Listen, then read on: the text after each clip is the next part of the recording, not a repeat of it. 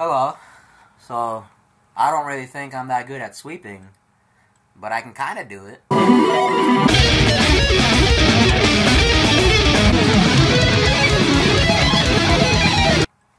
So yeah, hopefully I have something to say that'll help you.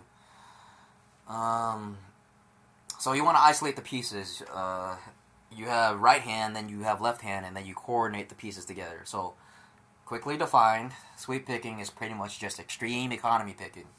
You're not picking each string individually. You're not alternate picking the strings. You're not playing the shape as a chord. You're smoothly gliding through each string, which is why it's called sweep picking, because of the sweeping motion that you do with your right hand as you do this. So, there's basic fundamental stuff that you should be considering, like the angle that you're holding your pick as it glides through the strings, and then you also want to consider how your hands rest on the strings for muting purposes. But you should be doing that all the time in general anyways, for everything. But in particular for sweep picking, right? Because if you're not muting correctly, then it's gonna show. It's bad. So right hand, you want to use 4 or 5 string arpeggio shapes. We're isolating the right hand, so if you're practicing for the specific purpose of working your right hand sweeping motion, I would argue it's dumb to practice 3 string shapes, right? Something like... A lot of beginner tutorial videos and teachers will tell you to start with 3 string shapes because it keeps things simple. And in the process, they lower your standards and insult your intelligence. You know, my concern is how can you work on the sweeping motion if you are not playing a shape long enough to constitute being called a sweep in the first place? With 3 string shapes, the sweep motion ends when it barely began. So if you need to work on smoothing out your sweeping motion, you should at least have 4 string shapes or 5 strings, right? If you can play 3 strings, then you can play 4 strings, right? Don't lower your standards like that. And again, 5 strings is good too. 6 string sweep arpeggio shapes tend to be a little more unfriendly. So, and you won't really see 6 string arpeggio shapes in songs that often, comparatively speaking, to standard 4 and 5 string shapes. So, from a practical time and effort versus reward perspective, I would not focus on 6 string shapes, especially not at first. Later on, as you kind of become more comfortable and start to feel like more advanced, I guess, right? So now, to add more perspective on your right hand, right? So I watched an old guitar workshop with Guthrie Govan a long time ago, like maybe 8-10 years ago, and he brought up an interesting thought. So the right hand only goes 2 ways. You know, it goes up and it goes down, while the left hand has a much more complex job to do with more moving parts, right?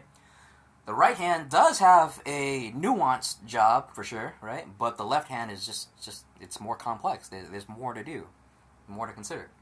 So, with that in mind, theoretically speaking, it is highly likely that your right hand is outpacing your left hand in technical growth, because there's just less to grow. You go up and down, so there's less to do.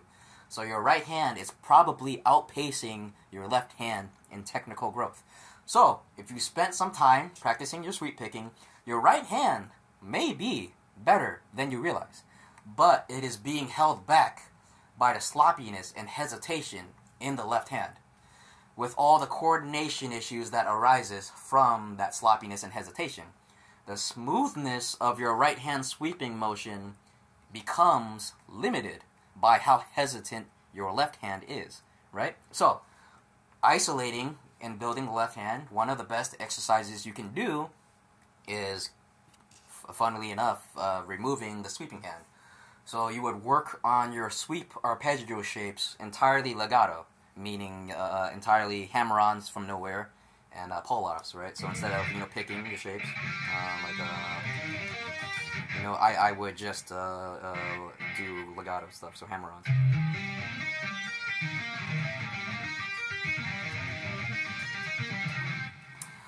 This sounds counterintuitive, but if we embrace the idea that the right hand outpaces the left in growth, we focus on the left to smooth out these weaknesses, those weaknesses typically being muscle hesitation from working with unfamiliar arpeggio shapes, weak hammer-ons and pull-offs, so, you have weak legato, inefficient movements, so, your hands fly out way too far from the fretboard, you gotta learn how to be more efficient, keep your fingers close.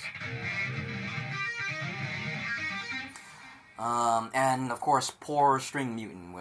And all of this will be focused on if you practice your shapes, legato style, right? If you train your left hand to walk consistently without stumbling, then your right hand will be able to run smoothly because it knows the left hand will be where it needs to be on beat, in rhythm with the rest of the pieces. So you'll get to a point where none of this becomes conscious. You're just doing it, right? It becomes natural. You don't even have to think about it anymore because your hands have locked in with each other. And that comes with time. So when I practice this, I like to keep my right hand in place.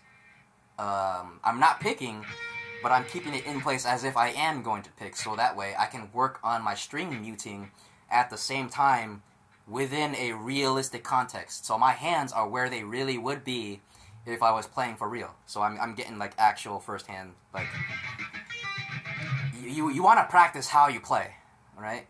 So so I do that, and then I'll actually do the opposite. So I don't mute with the right hand at all. I'll just keep it off, and just you try your best with just the left hand only. And it is sloppy, like you can hear there's lots of like stuff going on here. Right, super sloppy because I can't mute everything properly without a right hand, but that's part of the challenge, right? Especially with distortion, but by doing this, it really exposes, in my experience, it really exposes the weakest moments that come from your left hand, right? So it's just very good to do. Let's see here.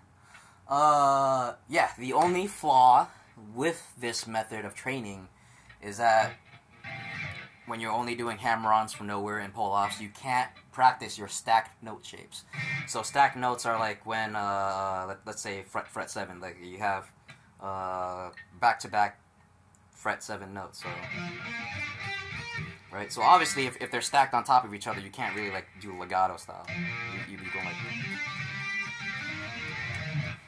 right? It's just not. It doesn't work for stacked shapes. So you still have to kind of normally sweep pick to practice your sweep picking shapes if you're doing stacked notes. But otherwise, it's very good exercise to practice your shapes legato. So, and actually, I've found this this method of training to be more beneficial to things like even beyond sweep picking. It's kind of been like the tendons in your body that hold everything else together, right? So I have found this to be immensely beneficial. So now, right, we've isolated the right hand and the left hand, and now we need to coordinate them together to come together into a one sweep motion. It's like it's like dancing, right? The two partners have learned how to dance individually, and now that they're together, they can dance without stepping on each other's toes. And through experience, through more dancing with each other, they learn how the others work, and they begin to able to coordinate better and anticipate each other's timing better.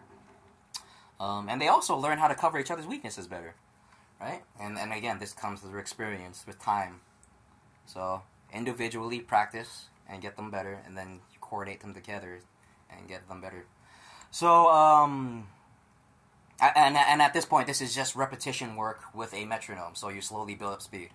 You're going to want to practice your shapes in both normal 16th/8th note divisions and triplet/sextuplet divisions. It's very uncommon to find sweep picking parts in other rhythmic divisions. So for practicality, the only two rhythmic groupings you'd really need to focus on is, normal 16ths/8ths and then triplets/sextuplets. Just as fundamentals, really. Yeah. Yeah, and I get that. That's pretty much what I have on sweep picking. I don't really consider it to be any more complicated than that. I've probably forgotten and neglected things, but these are kind of the main points that come to mind when you ask me. It's like, hey, how do I get better at this shit? But I mean, if you have more questions, more specific shit, then sure, ask and I'll fucking see what I come up with, right? Good luck, have fun, and remember, Hot Wheels Master 69 is the fucking greatest.